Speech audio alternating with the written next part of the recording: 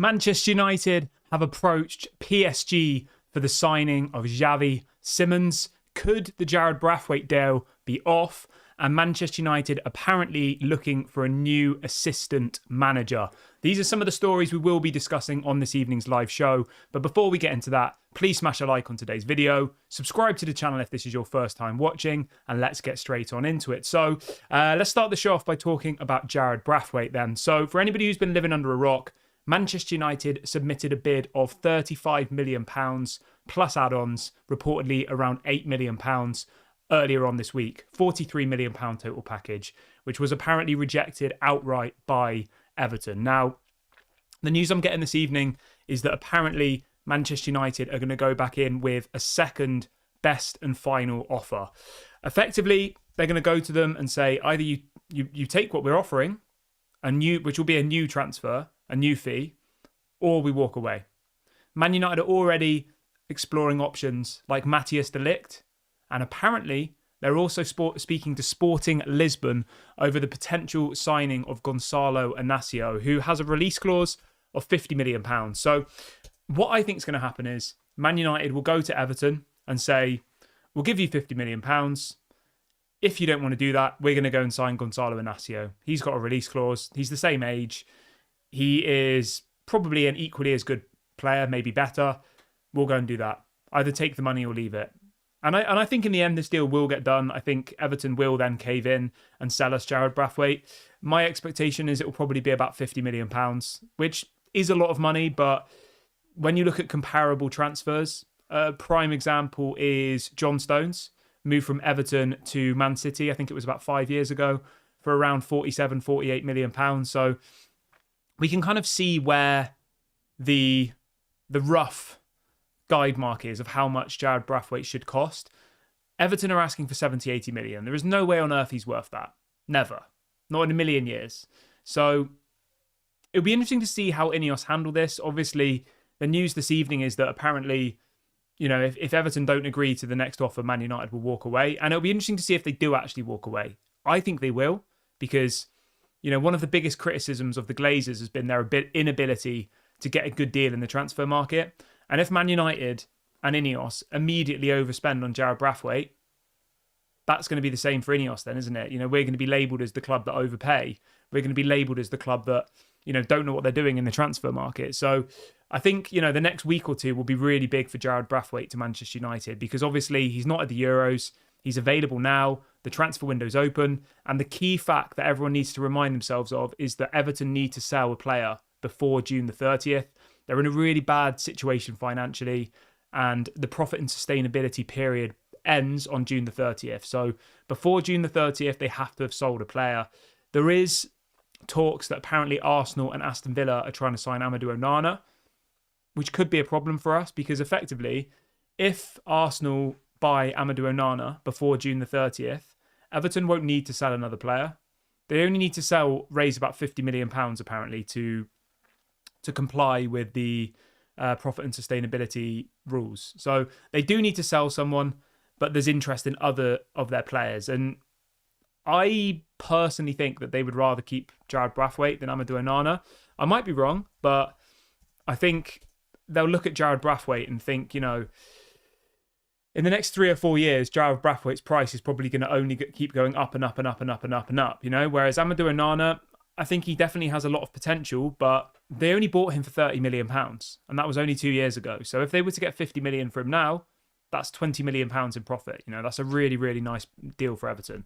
So, we'll wait and see what happens with that one. But me personally, we need 2 centre-backs, I think. I think 1 centre-back's not going to be enough.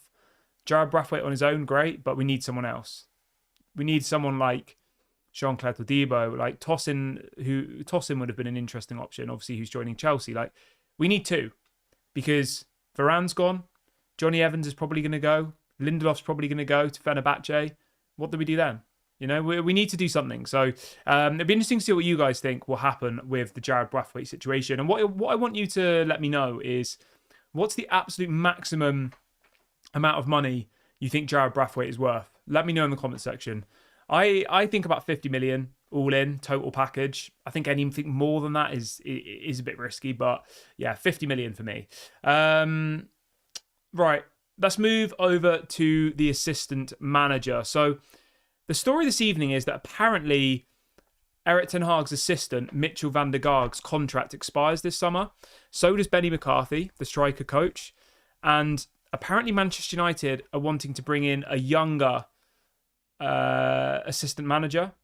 I don't know exactly what that means, but apparently Sir Dave Brailsford wants to replace Mitchell van der Gaag and bring in his own assistant manager. Now, I'll be honest, I wouldn't be against this. If they brought in someone really, really good, then why not? I mean, at the moment, it's Mitchell van der Gaag and Steve McLaren, which is very much Erik ten Hag's people, if that makes sense. It's very much like... Do you know what I mean? I feel like there probably are better people out there than Steve McLaren and Mitchell van der Gaag, being completely honest. One of the names that's been mentioned in the press today, which I think would be really interesting, is Ruud van Nistelrooy. Now, that's probably caught some people by surprise. People probably forget that he's a manager. But Ruud van Nistelrooy was obviously the manager of PSV. He came up through the under-21s at PSV, and he managed their first team for about a year and a half. He did pretty well there. He was averaging 2.2 points per game in the Dutch league, so he didn't do bad at all, but he is now, at the moment, without a club, so he is available. And you know what? I'll be honest, if we could get Ruud van Nistelrooy as the assistant manager, I think that would be quite interesting. I think, obviously, he's come from Manchester United, so he has that relationship with Manchester United, which I think is important. But he's also proven in the Dutch league at PSV that he is a good up-and-coming manager. So, yeah, I think I'd be quite excited to see that happen. Whether or not it will, I don't know. We'll have to wait and see. But Mitchell van der Gaag's contract is about to expire, and apparently Sir Dave Brailsford isn't going to give him a new contract. Erik ten Hag wants him to have a new contract, but at the moment it looks like Manchester United will be looking for a new assistant manager. The same with Benny McCarthy, the striker coach.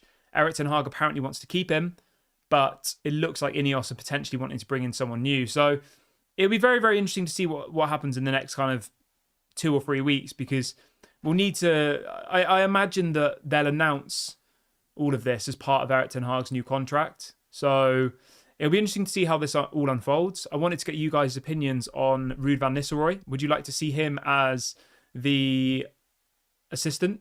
What do you think about that? I think it'll be interesting, but I need to have a little bit more of a think about it. Somebody in the chat says Ruud van Nistelrooy would not settle for the assistant manager. I think he would, mate, to be honest. I think he would. I mean, he'd be the assistant manager of the biggest club in the world, the club that he used to play for. Like, that's an amazing stepping stone. If he comes here and does well as the assistant manager, he could probably go to most other top clubs then. Whereas he's only managed professionally for about 1 year. So he's not going to go and get a job at a top club after only managing for 1 year as the manager. Whereas as an assistant, I think it's possible. I mean, a good example of that is Thierry Henry was the assistant manager at the national Belgian national team, wasn't he? You know, a lot of these kind of coaches in their early stage. Who's he with now? I'm just having a look. So he's the manager of the under-21s of France now. So do you see what I mean? Like, it's all part of the process. I'm just having a look at Thierry Henry. So Thierry Henry was the assistant manager of Belgium. Then he was the manager of Monaco. Then he was the assistant manager of Belgium again. Then he was the manager of the under-21s for France. So, yeah, I think it could happen, but we'll wait and see what happens with that one. I see what else people are saying. Somebody in the chat says, I want De Ligt all day long. Fair enough. I do like De Ligt. I just think, for me, the issue with De Ligt is his wages. He's on about 300k a week, and his injury record recently. Like, he missed 20 games for injury last season, and it was all this same knee injury that kept coming back, and I just think that is a red flag for me. He's only 24. He's very young. He's available for about £40 million. So, in theory, it's a great deal, but I just think that, you know, the fact that Bayern Munich don't play him and they play Eric Dyer instead, that should be a red flag for most people. Maybe he comes in, he doesn't get injured, And, he's the player we need. But I do just worry that us giving De Ligt 300k a week on a 5-year deal and giving giving Bayern Munich 40 odd million, it's a recipe for disaster. We've done that before and it's backfired massively. But yeah, we'll wait and see what happens with that one. Right, let's move on to Xavi Simons then, because this one caught me by surprise. This story is coming out from L'Equipe, which is a very reliable French outlet, one of the biggest sports outlets over in France. And they are reporting that apparently Manchester United have approached PSG over a potential deal for Xavi Simons. Now, obviously, he was on loan at Red Bull Leipzig last season. My understanding is that this will be a loan, not a permanent deal. Xavi Simons, for some reason, doesn't want to move back to PSG. He is a PSG player, but for some reason, he doesn't want to go to PSG. I don't know why. I'll be honest, I don't really follow French football. I don't know the ins and outs of why not and all the rest of it. But apparently, Manchester United have been in contact with PSG. It'll be interesting to see what happens. Like, I would be quite excited if it was a loan with an obligation to buy, or a loan with an option to buy, or something like that. Like, I think that would be a really, really interesting signing. I think he's a really exciting player. I think he's exactly the profile that we need, because we desperately need some more attacking options. I think his versatility is incredible as well. He can play as an attacking midfielder, a left winger, a right winger. Like, he gives us lots of options. So for me personally, if we could get Xavi Simons to come to United, I would be very, very excited about that. Do I think it will happen? I'm not sure. There's a lot of clubs interested in him. Bayern Munich are interested. Barcelona are interested. Apparently Arsenal are even interested. So it's going to be a difficult deal to get over the line.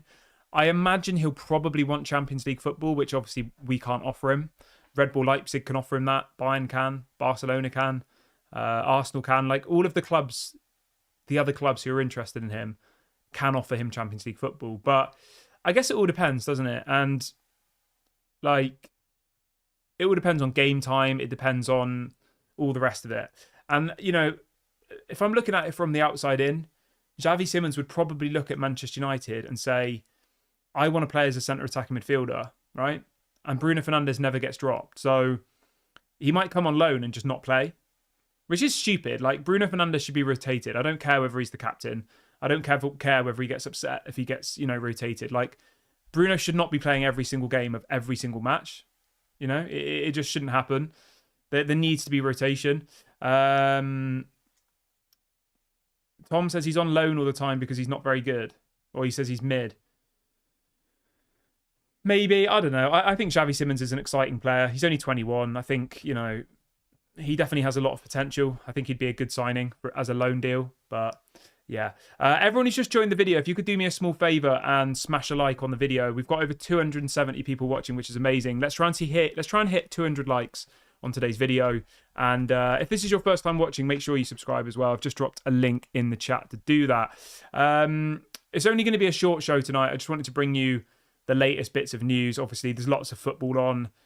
I'm going to go and watch the Slovenia-Denmark game, and then obviously we've got the England game tonight. But thank you so much for joining me. Don't forget to like before you leave and subscribe as well. Drop a comment. Let me know your thoughts on everything we've discussed on today's show. I hope everyone has a great evening. I will be back at 11 a.m. UK time tomorrow for a longer show than normal show. Yeah.